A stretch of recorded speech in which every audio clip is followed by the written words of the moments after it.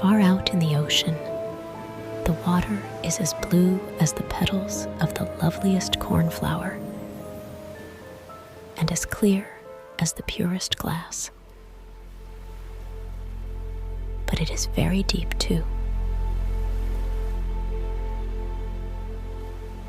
It goes down deeper than any anchor rope will go, and many, many steeples would have to be stacked one on top of another to reach from the bottom to the surface of the sea. It is down there that the sea folk live. Now, don't suppose that there are only bare white sands at the bottom of the sea. No, indeed.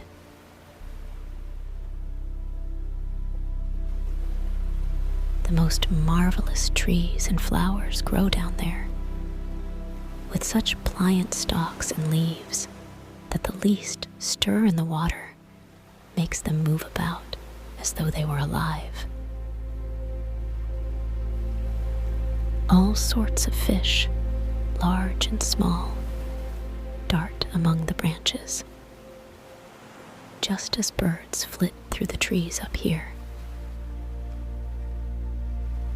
From the deepest spot in the ocean rises the palace of the Sea King. Its walls are made of coral, and its high pointed windows of the clearest amber. But the roof is made of mussel shells that open and shut with the tide. This is a wonderful sight to see, for every shell holds glistening pearls, any one of which would be the pride of a queen's crown. The Sea King down there had been a widower for years, and his old mother kept house for him. She was a clever woman, but very proud of her noble birth. Therefore, she flaunted 12 oysters on her tail, while the other ladies of the court were only allowed to wear 6. Except for this, she was an altogether praiseworthy person, particularly so because she was extremely fond of her granddaughters, the little sea princesses. They were 6 lovely girls, but the youngest was the most beautiful of them all. Her skin was as soft and tender as a rose petal, and her eyes were as blue as the deep sea. But like all the others, she had no feet. Her body ended in a fishtail. The whole day long they used to play in the palace, down in the great halls where live flowers grew on the walls. Whenever the high amber windows were thrown open, the fish would swim in, just as swallows dart into our rooms when we open the windows. But these fish now would swim right up to the little princesses to eat out of their hands and let themselves be petted. Outside the palace was a big garden with flaming red and deep blue trees. Their fruit glittered like gold, and their blossoms flamed like fire on their constantly waving stalks. The soil was very fine sand indeed, but as blue as burning brimstone. A strange blue veil lay over everything down there. You would have thought yourself aloft in the air with only the blue sky above and beneath you, rather than down at the bottom of the sea. When there was a dead calm, you could just see the sun, like a scarlet flower with light streaming from its calyx. Each little princess had her own small garden plot where she could dig and plant whatever she liked. One of them made her little flower bed in the shape of a whale. Another thought it neater to shape hers like a little mermaid. But the youngest of them made hers as round as the sun. And there she grew only flowers, which were as red as the sun itself. She was an unusual child, quiet and wistful. And when her sisters decorated their gardens with all kinds of odd things they had found in sunken ships, she would allow nothing in hers except flowers as red as the sun and a pretty marble statue. This figure of a handsome boy, carved in pure white marble, had sunk down to the bottom of the sea from some ship that was wrecked. Beside the statue, she planted a rose-colored weeping willow tree, which thrived so well that its graceful branches shaded the statue and hung down to the blue sand, where their shadows took on a violet tint and swayed as the branches swayed. It looked as if the roots and the tips of the branches were kissing each other in play. Nothing gave the youngest princess such pleasure as to hear about the world of human beings up above them. Her old grandmother had to tell her all she knew about ships and cities and of people and animals. What seemed nicest of all to her was that up on land the flowers were fragrant, for those at the bottom of the sea had no scent. And she thought it was nice that the woods were green, and that the fish you saw among their branches could sing so loud and sweet that it was delightful to hear them. Her grandmother had to call the little birds fish, or the princess would not have known what she was talking about, for she had never seen a bird. When you get to be 15, her grandmother said, you will be allowed to rise up out of the ocean and sit on the rocks in the moonlight to watch the great ships sailing by. You will see woods and towns too. Next year, one of her sisters would be 15, but the others, well, since each was a whole year older than the next, the youngest still had 5 long years to wait until she could rise up from the water and see what our world was like. But each sister promised to tell the others about all that she saw and what she found most marvelous on her first day. Their grandmother had not told them half enough, and there were so many things that they longed to know about.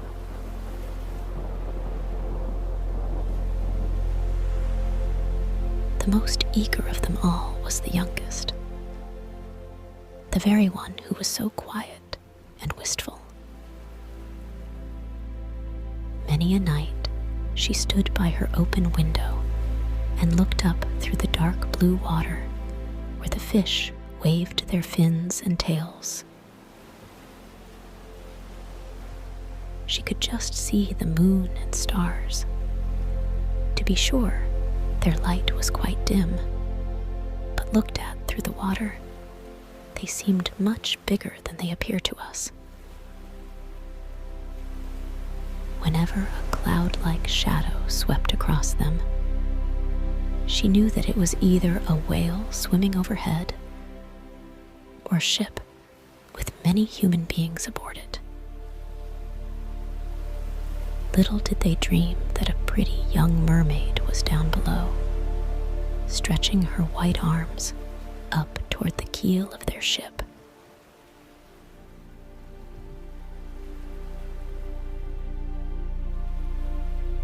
The eldest princess had her 15th birthday,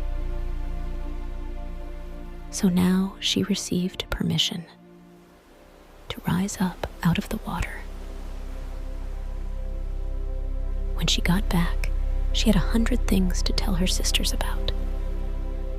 But the most marvelous thing of all, she said, was to lie on a sandbar in the moonlight when the sea was calm, and to gaze at the large city on the shore where the lights twinkled like hundreds of stars, to listen to music, to hear the chatter and clamor of carriages and people, to see so many church towers and spires, and to hear the ringing bells. Because she could not enter the city, that was just what she most dearly longed to do. Oh, how intently the youngest sister listened. After this, whenever she stood at her open window at night and looked up through the dark blue waters, she thought of that great city with all of its clatter and clamor, and even fancied that in these depths she could hear the church bells ring. The next year, her second sister had permission to rise up to the surface and swim wherever she pleased. She came up just at sunset, and she said that this spectacle was the most marvelous sight she had ever seen. The heavens had a golden glow, and as for the clouds, she could not find words to describe their beauty. Splashed with red and tinted with violet, they sailed over her head. But much faster than the sailing clouds were wild swans in a flock, like a long white veil trailing above the sea. They flew toward the setting sun. She too swam toward it, but down it went, and all the rose-colored glow faded from the sea and sky.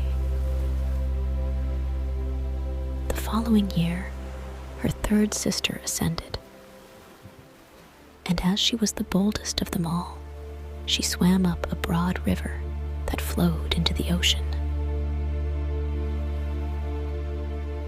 She saw gloriously green, vine-colored hills. Palaces and manor houses could be glimpsed through the splendid woods. She heard all the birds sing, and the sun shone so brightly that often she had to dive under the water to cool her burning face. In a small cove, she found a whole school of mortal children, paddling about in the water quite naked.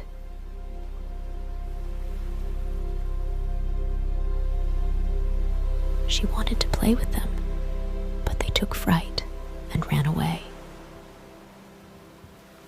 Then along came a little black animal. It was a dog, but she had never seen a dog before. It barked at her so ferociously that she took fright herself and fled to the open sea. But never could she forget the splendid woods, the green hills, and the nice children who could swim in the water, although they didn't wear fishtails.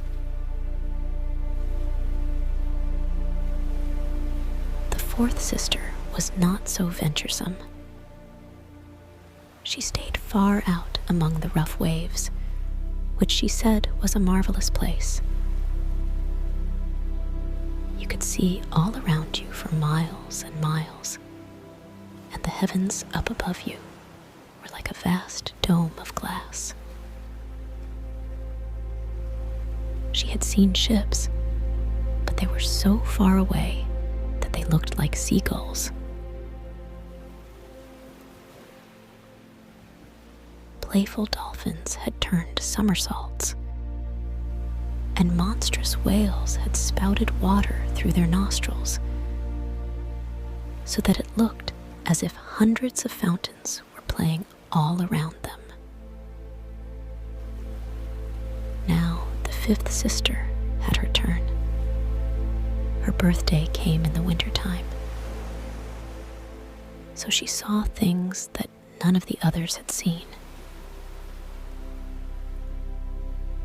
The sea was a deep green color, and enormous icebergs drifted about. Each one glistened like a pearl, she said, but they were more lofty than any church steeple built by man. They assumed the most fantastic shapes and sparkled like diamonds. She had seated herself on the largest one, and all the ships that came sailing by sped away as soon as the frightened sailors saw her there, with her long hair blowing in the wind. In the late evening, clouds filled the sky. Thunder cracked, and lightning darted across the heavens. Black waves lifted those great bergs of ice on high, where they flashed when the lightning struck. On all the ships, the sails were reefed, and there was fear and trembling.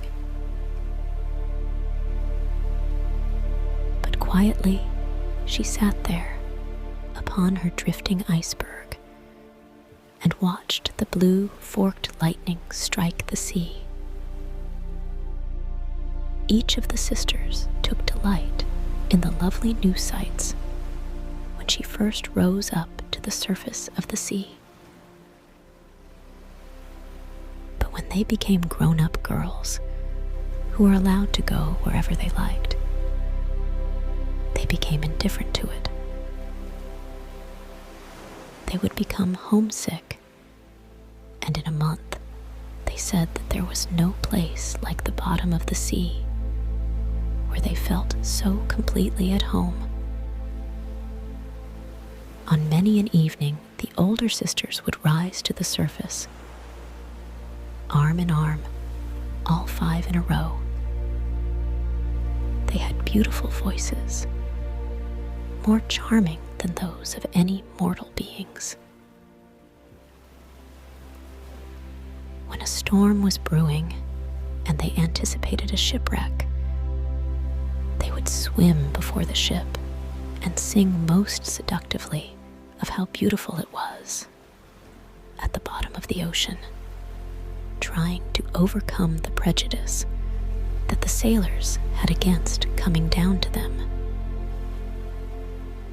But people could not understand their song and mistook it for the voice of the storm.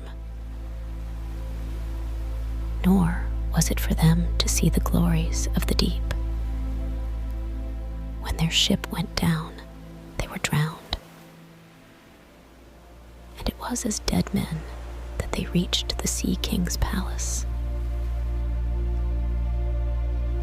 On the evenings when the mermaids rose through the water like this, arm in arm, their youngest sister stayed behind, all alone, looking after them and wanting to weep.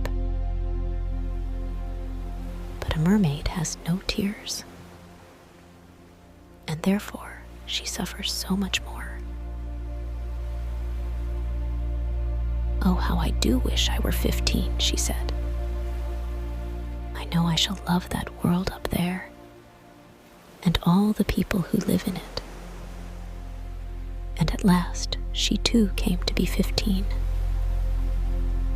"Now I'll have you off my hands," said her grandmother, the old Queen Dowager.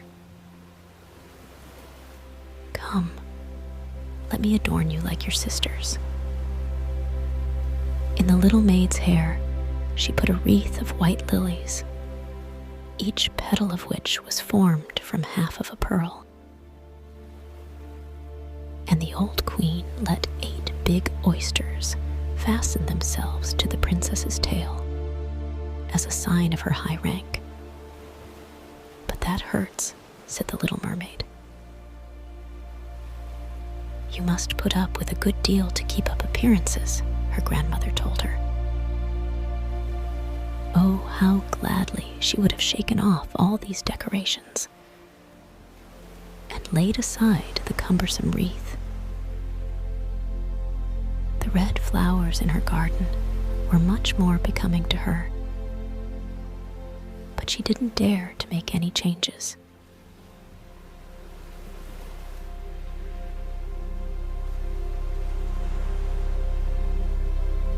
"Goodbye," she said, and up she went through the water, as light and as sparkling as a bubble. The sun had just gone down when her head rose above the surface, but the clouds still shone like gold and roses. And in the delicately tinted sky sparkled the clear gleam of the evening star. The air was mild and fresh, and the sea unruffled. A great 3-master lay in view, with only one of all its sails set, for there was not even the whisper of a breeze. And the sailors idled about in the rigging and on the yards. There was music and singing on the ship. And as night came on, they lighted hundreds of such brightly colored lanterns that one might have thought the flags of all nations were swinging in the air. The little mermaid swam right up to the window of the main cabin, and each time she rose with the swell, she could peep in through the clear glass panes at the crowd of brilliantly dressed people within. The handsomest of them all was a young prince with big, dark eyes. He could not be more than 16 years old. It was his birthday, and that was the reason for all the celebration. Up on deck, the sailors were dancing, and when the prince appeared among them, 100 or more rockets flew through the air, making it as bright as day. These startled the little mermaid so badly that she ducked under the water. But she soon peeped up again, and then it seemed as if all the stars in the sky were falling around her. Never had she seen such fireworks. Great suns spun around. Splendid firefish floated through the blue air. And all these things were mirrored in the crystal clear sea.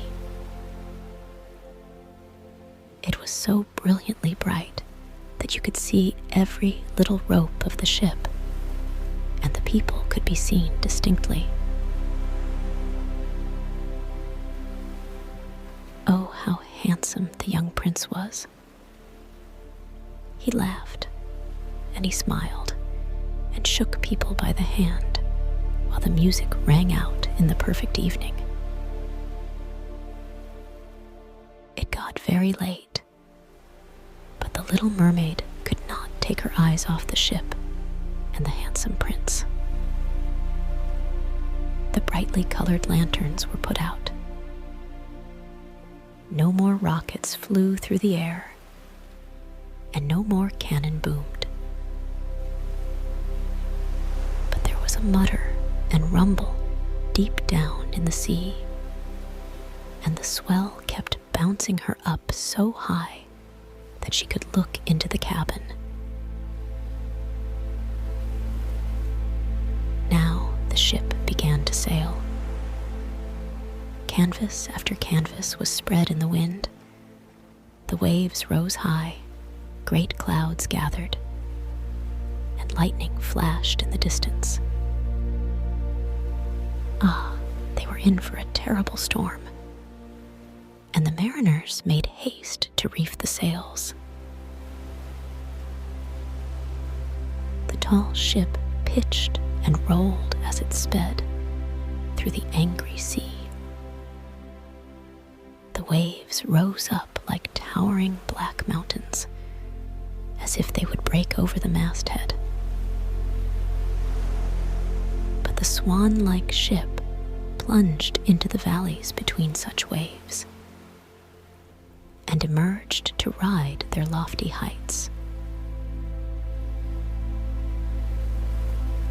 To the Little Mermaid, this seemed good sport, but to the sailors, it was nothing of the sort. The ship creaked and labored. Thick timbers gave way under the heavy blows. Waves broke over the ship. The mainmast snapped in two like a reed. The ship listed over on its side, and water burst into the hold. Now the Little Mermaid saw that people were in peril, and that she herself must take care to avoid the beams and wreckage tossed about by the sea. One moment it would be black as pitch, and she couldn't see a thing. Next moment, the lightning would flash so brightly that she could distinguish every soul on board. Everyone was looking out for himself as best he could. She watched closely for the young prince, and when the ship split in two, she saw him sink down in the sea. At first, she was overjoyed that he would be with her. But then, she recalled that human people could not live under the water, and he could only visit her father's palace as a dead man. No, he should not die. So she swam in among all the floating planks and beams, completely forgetting that they might crush her. She dived through the waves and rode their crests, until at length she reached the young prince, who was no longer able to swim in that raging sea. His arms and legs were exhausted. His beautiful eyes were closing, and he would have died if the Little Mermaid had not come to help him. She held his head above water and let the waves take them wherever the waves went. At daybreak, when the storm was over, not a trace of the ship was in view. The sun rose out of the waters, red and bright, and its beams seemed to bring the glow of life back to the cheeks of the prince. But his eyes remained closed. The mermaid kissed his high and shapely forehead. As she stroked his wet hair in place, it seemed to her that he looked like that marble statue in her little garden. She kissed him again and hoped that he would live. She saw dry land rise before her in high blue mountains, topped with snow as glistening white as if a flock of swans were resting there. Down by the shore were splendid green woods, and in the foreground stood a church, or perhaps a convent. She didn't know which, but anyway, it was a building. Orange and lemon trees grew in its garden, and tall palm trees grew beside the gateway. Here the sea formed a little harbor, quite calm and very deep. Fine white sand had been washed up below the cliffs. She swam there with the handsome prince and stretched him out on the sand, taking special care to pillow his head up high in the warm sunlight. The bells began to ring in the great white building, and a number of young girls came out into the garden. The Little Mermaid swam away behind some tall rocks that stuck out of the water.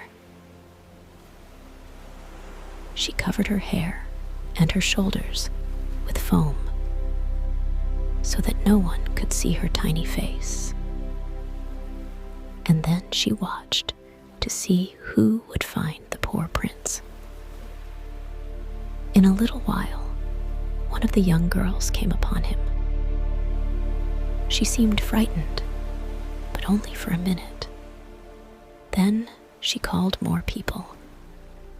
The mermaid watched the prince regain consciousness and smile at everyone around him. But he did not smile at her, for he did not even know that she had saved him. She felt very unhappy.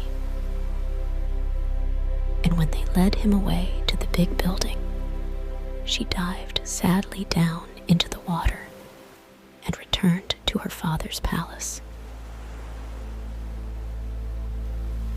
She had always been quiet and wistful, and now she became much more so.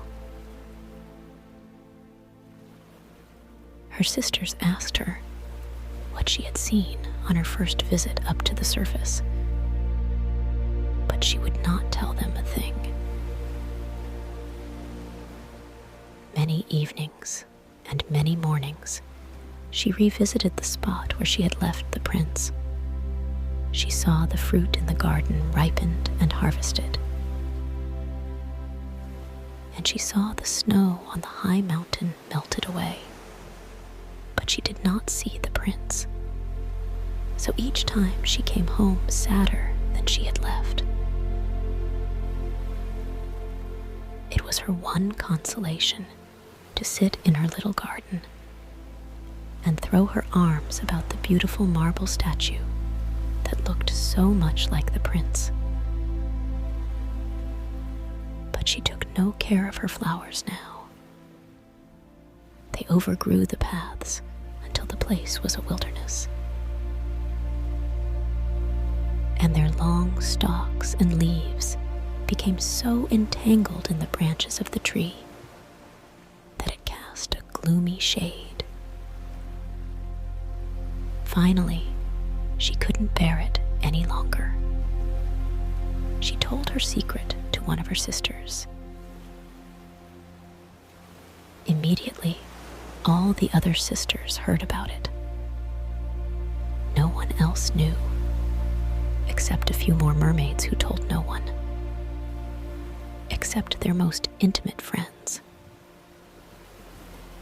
One of these friends knew who the prince was. She too had seen the birthday celebration on the ship. She knew where he came from and where his kingdom was. "Come, little sister," said the other princesses.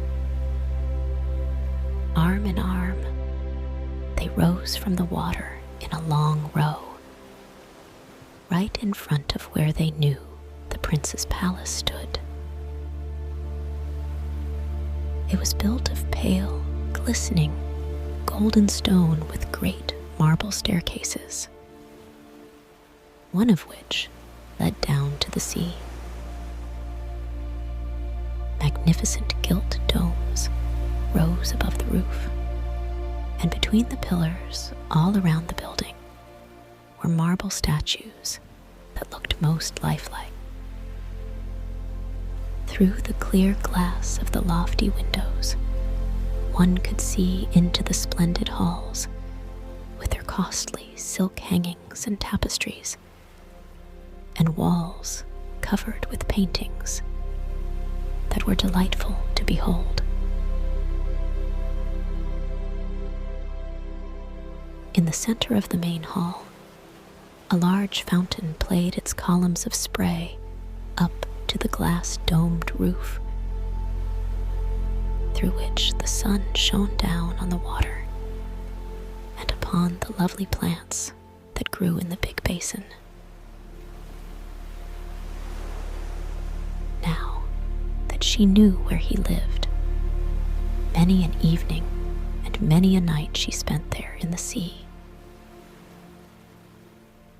She swam much closer to shore than any of her sisters would dare venture, and she even went far up a narrow stream, under the splendid marble balcony that cast its long shadow in the water.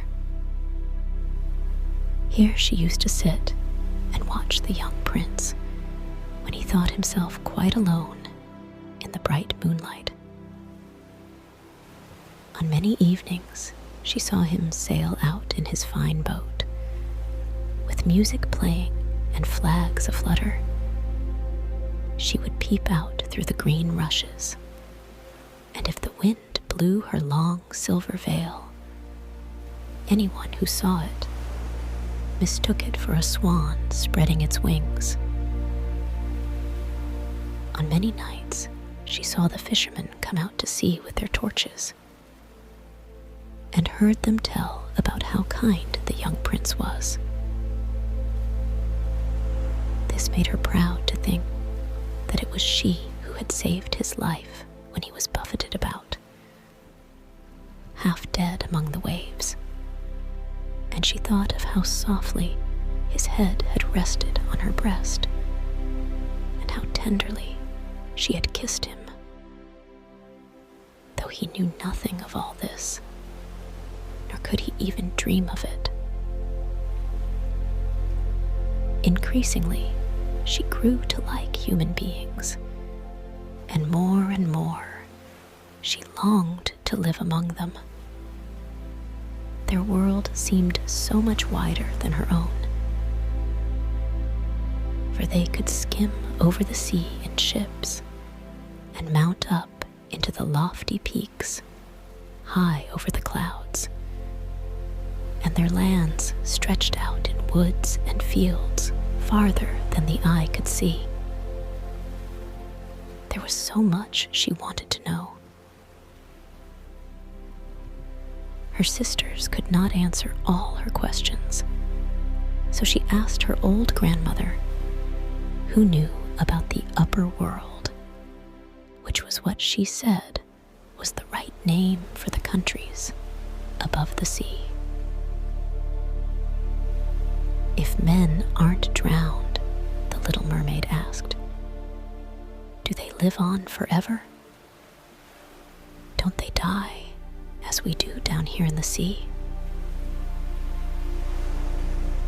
Yes, the old lady said. They too must die, and their lifetimes are even shorter than ours. We can live to be 300 years old, but when we perish, we turn into mere foam on the sea, and haven't even a grave down here among our dear ones. We have no immortal soul, no life hereafter. We are like the green seaweed. Once cut down, it never grows again. Human beings, on the contrary, have a soul which lives forever, long after their bodies have turned to clay. It rises through thin air, up to the shining stars, just as we rise through the water to see the lands on earth. So men rise up to beautiful places unknown, which we shall never see. Why weren't we given an immortal soul? The little mermaid sadly asked.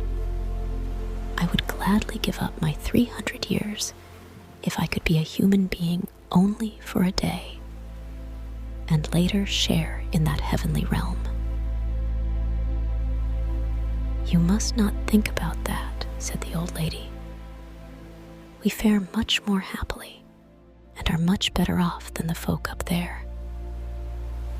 Then I must also die and float as foam upon the sea, not hearing the music of the waves and seeing neither the beautiful flowers nor the red sun. Can't I do anything at all to win an immortal soul? No, her grandmother answered. Not unless a human being loved you so much that you meant more to him than his father and mother.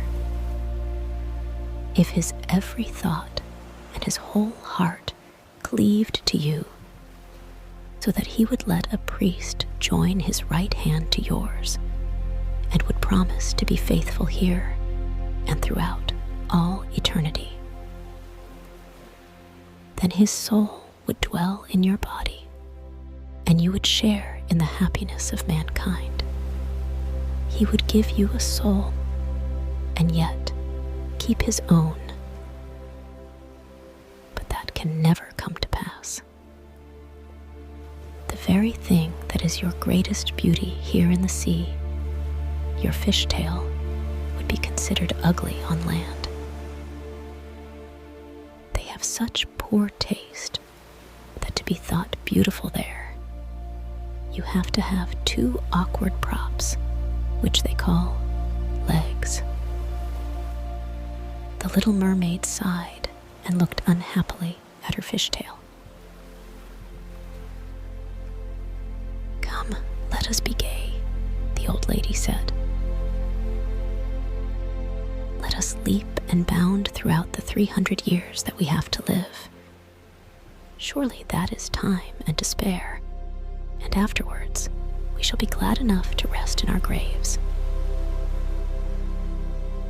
We are holding a court ball this evening. This was a much more glorious affair than is ever to be seen on earth. The walls and the ceiling of the great ballroom were made of massive but transparent glass. Many hundreds of huge rose-red and grass-green shells stood on each side in rows, with the blue flames that burned in each shell illuminating the whole room and shining through the walls so clearly that it was quite bright in the sea outside. You could see the countless fish, great and small, swimming toward the glass walls. On some of them, the scales gleamed purplish red, while others were silver and gold. Across the floor of the hall ran a wide stream of water, and upon this the mermaids and mermen danced to their own entrancing songs. Such beautiful voices are not to be heard among the people who live on land. The little mermaid sang more sweetly than anyone else, and everyone applauded her. For a moment, her heart was happy, because she knew she had the loveliest voice of all, in the sea or on the land. But her thoughts soon strayed to the world, up above. She could not forget the charming prince, nor her sorrow that she did not have an immortal soul like his. Therefore, she stole out of her father's palace, and while everything there was song and gladness, she sat sadly in her own little garden. Then she heard a bugle call through the water, and she thought that must mean he is sailing up there, he whom I love more than my father or mother, he of whom I am always thinking, and in whose hands I would so willingly trust my lifelong happiness. I dare do anything to win him and to gain an immortal soul. While my sisters are dancing here in my father's palace, I shall visit the sea witch of whom I have always been so afraid. Perhaps she will be able to advise me and help me. The little mermaid set out from her garden toward the whirlpools that raged in front of the witch's dwelling. She had never gone that way before. No flowers grew there, nor any seaweed. Bare and gray, the sands extended to the whirlpools, where like roaring mill wheels, the waters whirled and snatched everything within their reach down to the bottom of the sea. Between these tumultuous whirlpools, she had to thread her way to reach the witch's waters. And then, for a long stretch, the only trail lay through a hot, seething mire, which the witch called her peat marsh. Beyond it, her house lay in the middle of a weird forest, where all the trees and shrubs were polyps, half animal and half plant. They looked like 100-headed snakes growing out of the soil. All their branches were long, slimy arms with fingers like wriggling worms. They squirmed, joint by joint, from their roots to their outermost tentacles, and whatever they could lay hold of, they twined around and never let go. The little mermaid was terrified and stopped at the edge of the forest. Her heart thumped with fear, and she nearly turned back, but then she remembered the prince and the souls that men have, and she summoned her courage. She bound her long, flowing locks closely about her head so that the polyps could not catch hold of them, folded her arms across her breast, and darted through the water like a fish, in among the slimy polyps that stretched out their writhing arms and fingers to seize her. She saw that every one of them held something, that it had caught with its hundreds of little tentacles, and to which it clung as with strong hoops of steel. The white bones of men who had perished at sea and sunk to these depths could be seen in the polyp's arms. Ships' rudders and seamen's chests and the skeletons of land animals had also fallen into their clutches. But the most ghastly sight of all was a little mermaid whom they had caught and strangled. She reached a large muddy clearing in the forest, where big fat water snakes slithered about, showing their foul yellowish bellies. In the middle of this clearing was a house built of the bones of shipwrecked men, and there sat the sea witch, letting a toad eat out of her mouth, just as we might feed sugar to a little canary bird.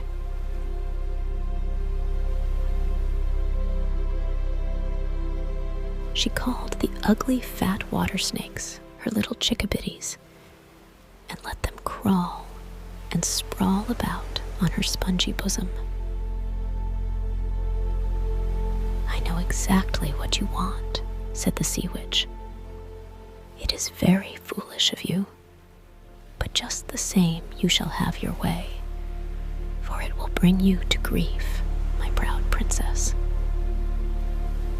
You want to get rid of your fishtail and have two props instead, so that you can walk about like a human creature and have the young prince fall in love with you and win him and an immortal soul besides." At this, the witch gave such a loud, cackling laugh that the toad and the snakes were shaken to the ground, where they lay writhing. "You are just in time," said the witch. "After the sun comes up tomorrow, a whole year would have to go by before I could be of any help to you. I shall compound you a draught, and before sunrise, you must swim to the shore with it. Seat yourself on dry land and drink the draught down. Then your tail will divide and shrink until it becomes what the people on earth call a pair of shapely legs. But it will hurt. It will feel as if a sharp sword slashed through you. Everyone who sees you will say that you are the most graceful human being they have ever laid eyes on, for you will keep your gliding movement, and no dancer will be able to tread as lightly as you. But every step you take will feel as if you were treading upon knife blades so sharp that blood must flow. I am willing to help you, but are you willing to suffer all this?" "Yes," the little mermaid said in a trembling voice, as she thought of the prince and of gaining a human soul. "Remember," said the witch, "once you have taken a human form, you can never be a mermaid again. You can never come back through the waters to your sisters or to your father's palace. And if you do not win the love of the prince so completely that for your sake he forgets his father and mother, cleaves to you with his every thought and his whole heart, and lets the priest join your hands in marriage, then you will win no immortal soul.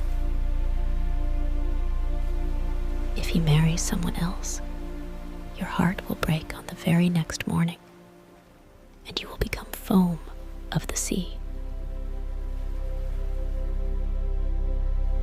I shall take that risk," said the little mermaid, but she turned as pale as death.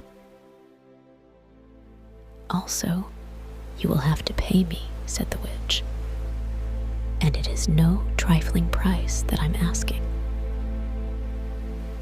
You have the sweetest voice of anyone down here at the bottom of the sea. And while I don't doubt that you would like to captivate the prince with it, you must give this voice to me. I will take the very best thing that you have in return for my sovereign draught. I must pour my own blood in it to make the drink as sharp as a two-edged sword. But if you take my voice," said the little mermaid, "what will be left to me?" "Your lovely form," the witch told her, "your gliding movements, and your eloquent eyes. With these, you can easily enchant a human heart." "Well, have you lost your courage? Stick out your little tongue, and I shall cut it off." I'll have my price, and you shall have the potent draught." "Go ahead," said the little mermaid. The witch hung her cauldron over the flames to brew the draught. "Cleanliness is a good thing," she said, as she tied her snakes in a knot and scoured out the pot with them. Then she pricked herself in the chest and let her black blood splash into the cauldron. Steam swirled up from it in such ghastly shapes that anyone would have been terrified by them. The witch constantly threw new ingredients into the cauldron, and it started to boil with a sound like that of a crocodile shedding tears. When the draught was ready at last, it looked as clear as the purest water. "There's your draught," said the witch, and she cut off the tongue of the little mermaid, who now was dumb and could neither sing nor talk.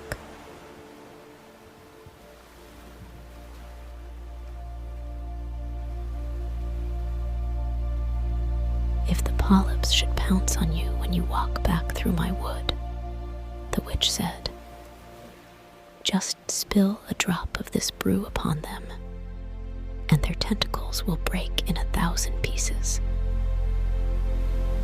But there was no need of that, for the polyps curled up in terror as soon as they saw the bright draught. It glittered in the little mermaid's hand as if it were a shining star. So she soon traversed the forest, the marsh, and the place of raging whirlpools. She could see her father's palace. The lights had been snuffed out in the great ballroom, and doubtless everyone in the palace was asleep. But she dared not go near them,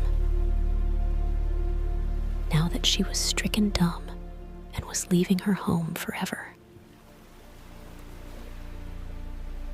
Her heart felt as if it would break with grief. She tiptoed into the garden, took one flower from each of her sister's little plots, blew 1,000 kisses toward the palace, and then mounted up through the dark blue sea. The sun had not yet risen when she saw the prince's palace. As she climbed his splendid marble staircase, the moon was shining clear. The little mermaid swallowed the bitter, fiery draught, and it was as if a two-edged sword struck through her frail body. She swooned away and lay there as if she were dead. When the sun rose over the sea, she awoke and felt a flash of pain. But directly in front of her stood the handsome young prince, gazing at her with his coal-black eyes.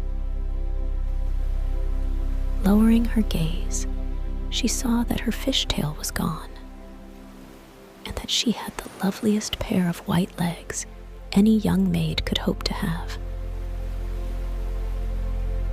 But she was naked, so she clothed herself in her own long hair. The prince asked who she was and how she came to be there. Her deep blue eyes looked at him tenderly, but very sadly, for she could not speak. Then he took her hand and led her into his palace.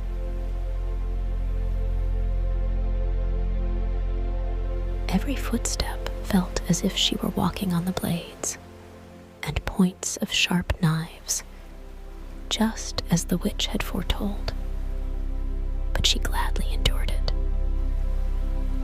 She moved as lightly as a bubble as she walked beside the prince.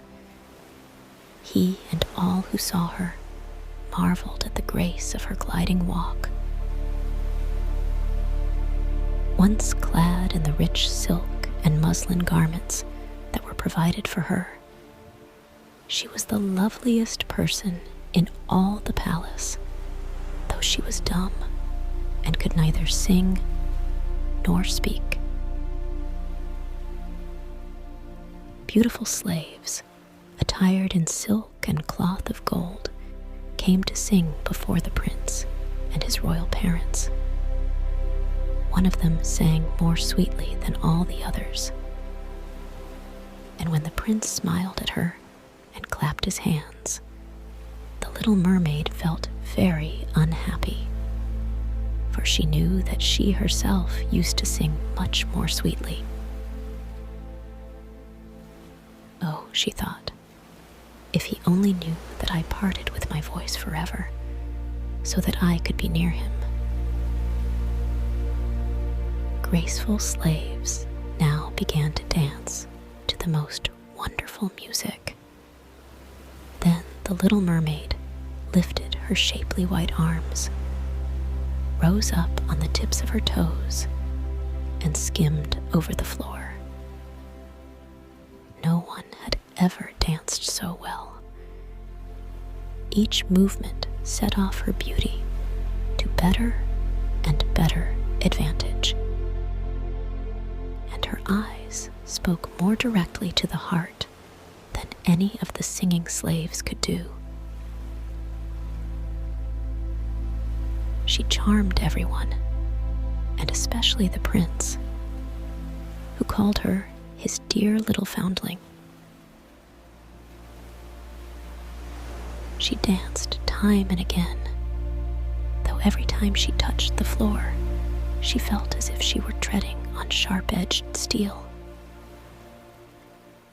The prince said he would keep her with him always, and that she was to have a velvet pillow to sleep on outside his door. He had a page's suit made for her, so that she could go with him on horseback. They would ride through the sweet, scented woods, where the green boughs brushed her shoulders, and where the little birds sang among the fluttering leaves. She climbed up high mountains with the prince, and though her tender feet bled so that all could see it, she only laughed and followed him on until they could see the clouds driving far below, like a flock of birds in flight to distant lands. At home in the prince's palace, while the others slept at night, she would go down the broad marble steps to cool her burning feet in the cold sea water, and then she would recall those who lived beneath the sea.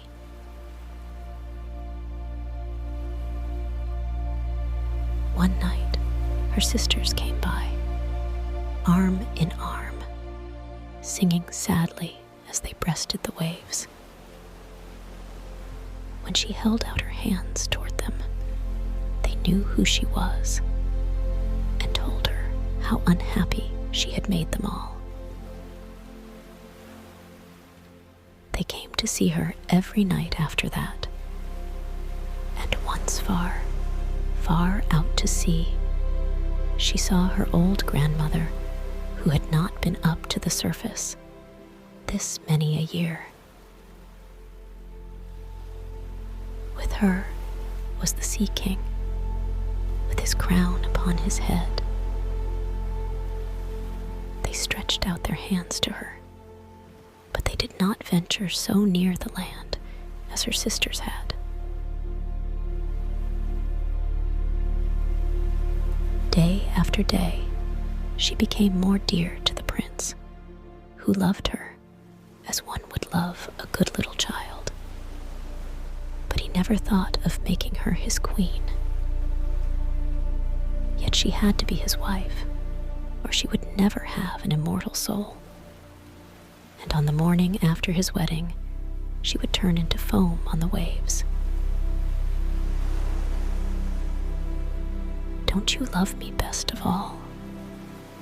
The little mermaid's eyes seemed to question him when he took her in his arms and kissed her lovely forehead. "Yes, you are most dear to me," said the prince, "for you have the kindest heart. You love me more than anyone else does. And you look so much like a young girl I once saw, but never shall find again. I was on a ship that was wrecked, and the waves cast me ashore near a holy temple where many young girls performed the rituals. The youngest of them found me beside the sea and saved my life. Though I saw her no more than twice, she is the only person in all the world whom I could love. But you are so much like her that you almost replace the memory of her in my heart. She belongs to that holy temple. Therefore, it is my good fortune that I have you. We shall never part." Alas, he doesn't know it was I who saved his life, the little mermaid thought. I carried him over the sea to the garden where the temple stands. I hid behind the foam and watched to see if anyone would come. I saw the pretty maid he loves better than me. A sigh was the only sign of her deep distress, for a mermaid cannot cry. He says that the other maid belongs to the holy temple. She will never come out into the world, so they will never see each other again. It is I who will care for him, love him, and give all my life to him. Now, rumors arose that the prince was to wed the beautiful daughter of a neighboring king, and that it was for this reason he was having such a superb ship made ready to sail. The rumor ran that the prince's real interest in visiting the neighboring kingdom was to see the king's daughter, and that he was to travel with a lordly retinue. The little mermaid shook her head and smiled, for she knew the prince's thoughts far better than anyone else did. "I am forced to make this journey," he told her. "I must visit the beautiful princess, for this is my parents' wish, but they would not have me bring her home as my bride against my own will, and I can never love her. She does not resemble the lovely maiden in the temple, as you do. And if I were to choose a bride, I would sooner choose you, my dear mute foundling with those telling eyes of yours." And he kissed her on the mouth, fingered her long hair, and laid his head against her heart so that she came to dream of mortal happiness and an immortal soul. "I trust you aren't afraid of the sea, my silent child," he said, as they went on board the magnificent vessel that was to carry them to the land of the neighboring king. And he told her stories of storms, of ships becalmed, of strange, deep-sea fish, and of the wonders that divers have seen. She smiled at such stories, for no one knew about the bottom of the sea as well as she did.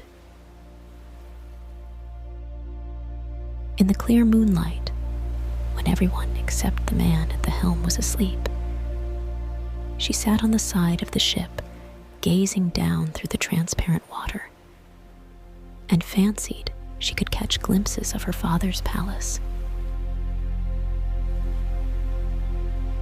On the topmost tower stood her old grandmother, wearing her silver crown and looking up at the keel of the ship through the rushing waves. Then her sisters rose to the surface, looked at her sadly, and wrung their white hands. She smiled and waved, trying to let them know that all went well and that she was happy. But along came the cabin boy, and her sisters dived out of sight so quickly that the boy supposed the flash of white he had seen was merely foam on the sea. Next morning, the ship came into the harbor of the neighboring king's glorious city.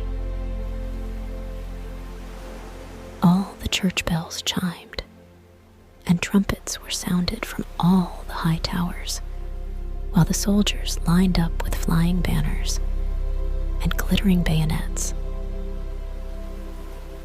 Every day had a new festivity, as one ball or levee followed another. The princess was still to appear. They said she was being brought up in some faraway sacred temple where she was learning every royal virtue. But she came at last. The Little Mermaid was curious to see how beautiful this princess was, and she had to grant that a more exquisite figure she had never seen.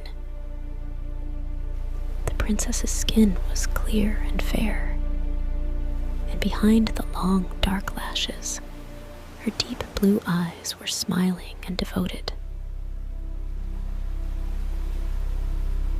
"It was you," the prince cried.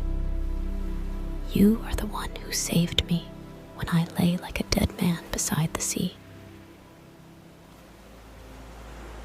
He clasped the blushing bride of his choice in his arms. "Oh, I am happier than a man should be," he told his little mermaid. "My fondest dream, that which I never dared to hope, has come true. You will share in my great joy, for you love me more than anyone does." The little mermaid kissed his hand and felt that her heart was beginning to break. For the morning after his wedding day would see her dead and turned to watery foam. All the church bells rang out, and heralds rode through the streets to announce the wedding. Upon every altar, sweet-scented oils were burned in costly silver lamps. The priests swung their censers. The bride and the bridegroom joined their hands, and the bishop blessed their marriage. The little mermaid, clothed in silk and cloth of gold, held the bride's train, but she was deaf to the wedding march and blind to the holy ritual. Her thought turned on her last night upon earth and on all she had lost in this world. That same evening, the bride and bridegroom went aboard the ship. Cannon thundered and banners waved.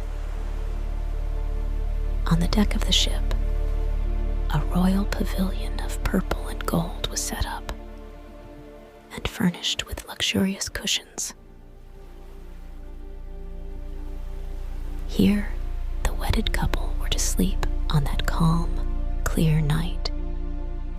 The sails swelled in the breeze, and the ship glided so lightly that it scarcely seemed to move over the quiet sea. all nightfall, brightly colored lanterns were lighted, and the mariners merrily danced on the deck.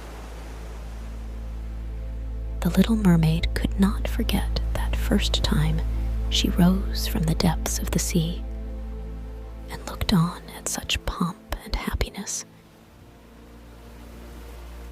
Light as a swallow pursued by his enemies, she joined in the whirling dance. Everyone cheered her, for never had she danced so wonderfully.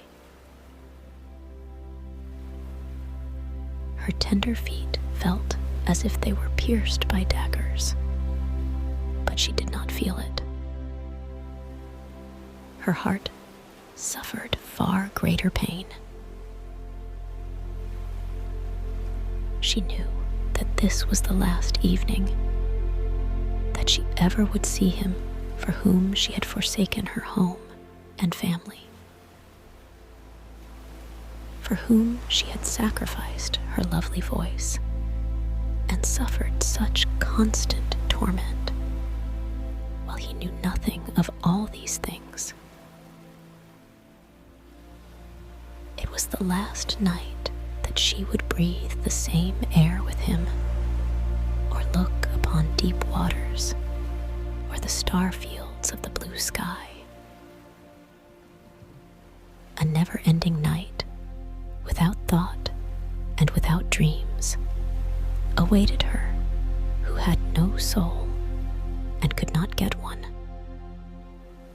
The merrymaking lasted long after midnight, yet she laughed and danced on, despite the thought of death she carried in her heart.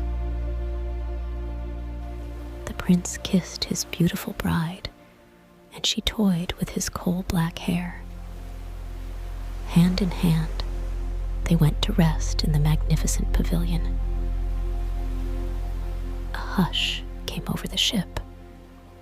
Only the helmsman remained on deck as the little mermaid leaned her white arms on the bulwarks and looked to the east to see the first red hint of daybreak. For she knew that the first flash of the sun would strike her dead. Then she saw her sisters rise up among the waves. They were as pale as she, and there was no sign of their lovely long hair that the breezes used to blow. It had all been cut off. "We have given our hair to the witch," they said, "so that she would send you help and save you from death tonight. She gave us a knife. Here it is. See the sharp blade. Before the sun rises, you must strike it into the prince's heart. And when his warm blood bathes your feet, they will grow together and become a fishtail. Then you will be a mermaid again, able to come back to us in the sea and live out your 300 years before you die and turn into dead salt sea foam. Make haste. He or you must die before sunrise. Our old grandmother is so grief-stricken that her white hair is falling fast, just as ours did, under the witch's scissors. Kill the prince and come back to us. Hurry, hurry. See that red glow in the heavens. In a few minutes, the sun will rise, and you must die." So, saying, they gave a strange, deep sigh and sank beneath the waves. The little mermaid parted the purple curtains of the tent and saw the beautiful bride asleep with her head on the prince's breast. The mermaid bent down and kissed his shapely forehead. She looked at the sky, fast reddening for the break of day, She looked at the sharp knife and again turned her eyes toward the prince, who, in his sleep, murmured the name of his bride. His thoughts were all for her, and the knife blade trembled in the mermaid's hand.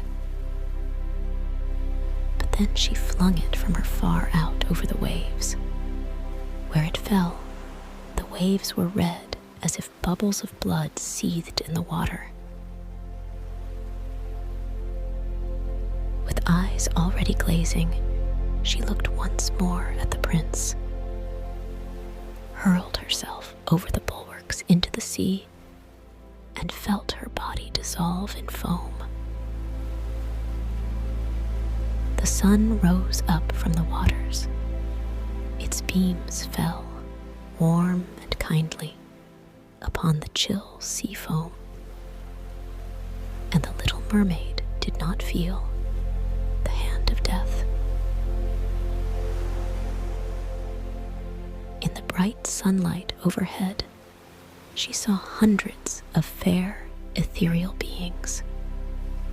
They were so transparent that through them she could see the ship's white sails and the red clouds in the sky. Their voices were sheer music, but so spirit-like that no human ear could detect the sound, just as no eye on earth could see their forms. Without wings, they floated as light as the air itself. The little mermaid discovered that she was shaped like them, and that she was gradually rising up out of the foam. "Who are you, toward whom I rise?" she asked. And her voice sounded like those above her, so spiritual that no music on earth could match it.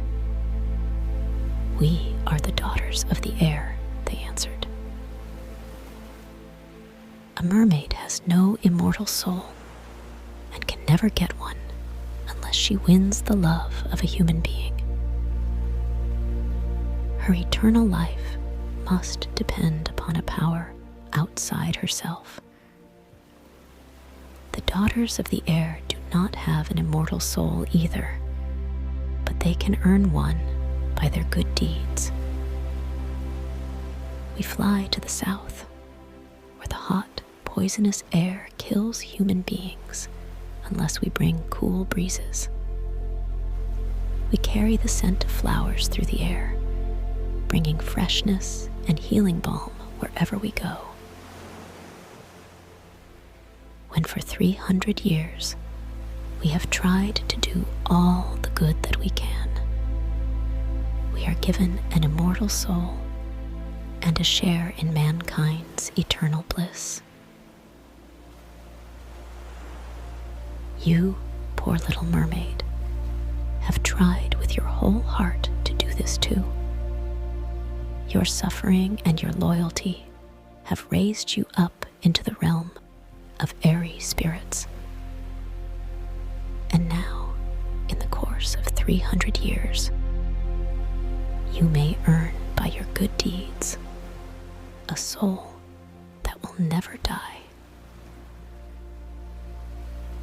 The little mermaid lifted her clear, bright eyes toward God's sun, and for the first time, her eyes were wet with tears.